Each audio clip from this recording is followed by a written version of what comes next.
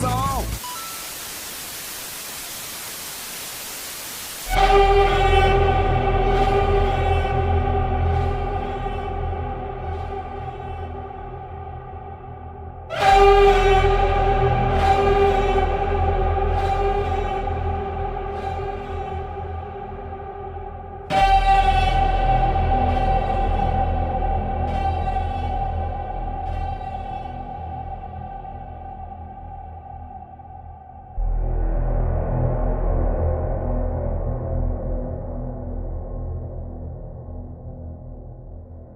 Algo que me fascina de Lovecraft es la capacidad que tiene para asombrar al lector y lograr que ese asombro no se pierda nunca. La intriga que despierta en sus historias siempre va increciendo, porque con cada pieza de información, con cada pista que nos da, solo somos capaces de contemplar en mayor medida el hecho de que genuinamente no entendemos a lo que nos enfrentamos, ni nosotros ni sus personajes, los cuales son auténticos vehículos para nosotros debido a este paralelismo del desconcierto. Cuando hablo de ese asombro que no se pierde, me refiero a la naturaleza de los finales de Lovecraft, algo que parece permear la obra de Junji Ito y que, más allá del diseño de sus criaturas casi alienígenas, es lo que sostiene en gran medida esa impronta de horror Lovecraftiano, un horror existencial que lo es justamente porque no tiene principio ni tampoco fin. Nosotros simplemente somos los desafortunados que nos topamos con las circunstancias que acompañan la existencia de estas entidades y cuya significancia en sus historias son nimias, pues ni siquiera como espectadores del horror somos capaces de asimilar dichas circunstancias, reduciendo nuestro papel a los torpes balbuceos de un loco tras la experiencia sufrida.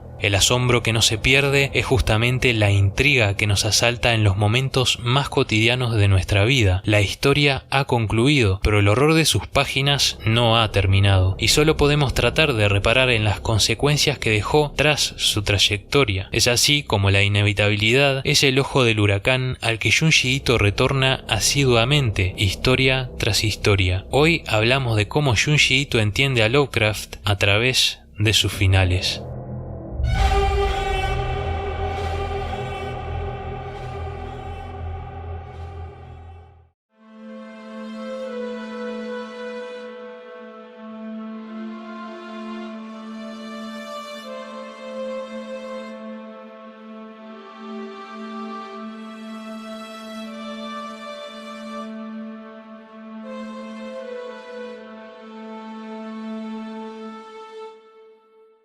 El mangaka del que hablamos es famoso por dibujar historias de terror, sí, y como tal, el dibujo es la cara más visible de estas historias. Al pensar en este autor, pensamos en su arte, en los diseños que desfilan por sus páginas inspirando genuino terror. Este horror es uno muy corporal, es literalmente body horror, un término que alude a la deformación biológica, al encuentro de lo antinatural con el cuerpo, desafiando nuestros preceptos respecto a los seres vivos, cómo deben lucir y cómo se supone que deben comportarse. Y esto no es más que la punta del iceberg de lo que representa el trabajo de Junji Ito, porque hablar de body horror u horror corporal es decir en distintos términos que Ito toma aquello que se supone conocemos todos, aquello que nos es cotidiano y normal, y lo deforma hasta que lo que queda no es más que un eco amorfo y grotesco, un vistazo a algo que no se supone que deba existir, porque su sola existencia no podría ser concebida naturalmente en este mundo. Y sin embargo,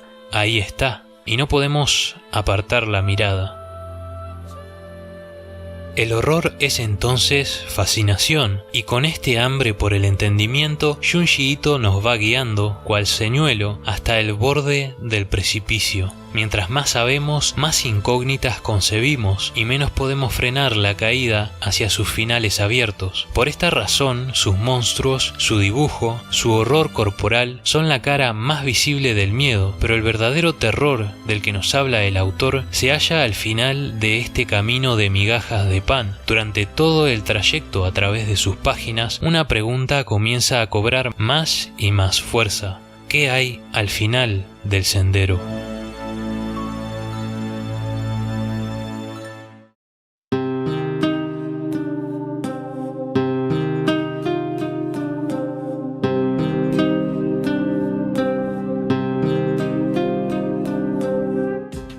Ito es bueno contándonos sus historias porque entiende el lenguaje que habla su obra, aquel del cómic y del manga. La secuencialidad de sus paneles es prueba de ello. Él ha hecho del famoso page turn, o lo que es lo mismo, giro de página, un arte. Hablamos de cómo maneja esta intriga que venimos mencionando desde el principio. Ito nos presenta con la lenta disolución de lo cotidiano a lo alienígena e imposible. Su deformación es gradual y justo cuando llegas al final de una página importante te encuentras paranoico. Quieres saber qué es lo que te aguarda a continuación y de repente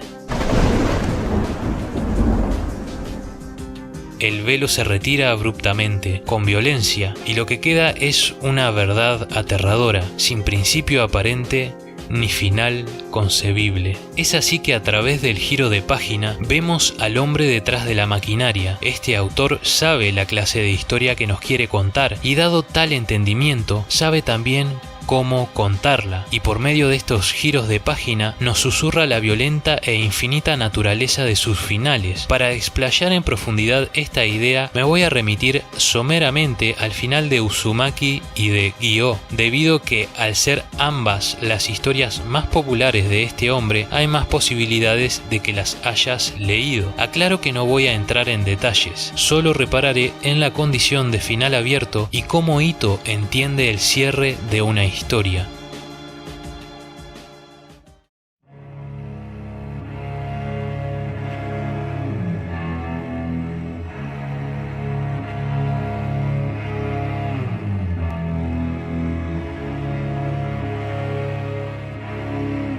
Mientras que el nombre Lovecraft o Junji Ito invocan imágenes grotescas en nuestra memoria visual, estos son espejismos del verdadero horror del que se nutren los autores. Estas imágenes son representaciones que aluden a lo antinatural e inconcebible, pero lo infinito no puede ser cristalizado en un monstruo, en una cara, sino que lo hallamos en el caudal de sus consecuencias. La realidad como la conocemos se deforma alrededor de ellos, pero la trayectoria de estos entes jamás tuvo en cuenta al cruce de caminos con el hombre y jamás de los jamases podría llegar a ser cambiada ni mucho menos detenida. El hombre no solo es insignificante para ellos, lo es incluso para la tierra que habita. Es decir, si el tiempo que lleva existiendo el planeta Tierra se entendiera en un margen de 365 días o un año, el hombre únicamente llevaría unos 30 minutos de existencia en este imaginario año de la creación, una simple media hora después de 365 días de historia terrestre, y esto teniendo en cuenta que hemos empezado por la creación de la Tierra y no por el Big Bang, porque entonces nuestro papel aún sería más ridículo. ¿Qué es entonces el dilema social y humano ante el horror existencial de avatares sempiternos del lado más frío y desinteresado del cosmos? Junji Ito al final de Gy-Oh deja que tomemos un lugar entre sus personajes contemplando el desastre que el huracán del horror dejó detrás, y ahí abandona la historia.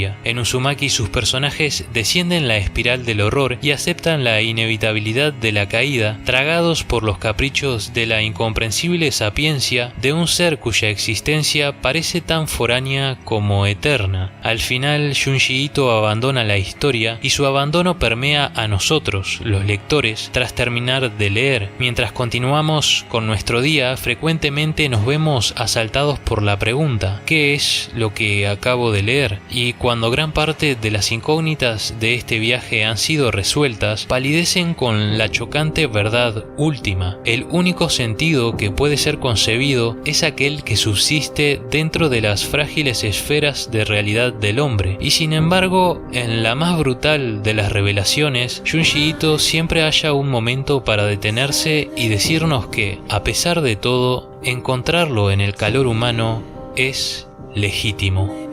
Muchas gracias por ver.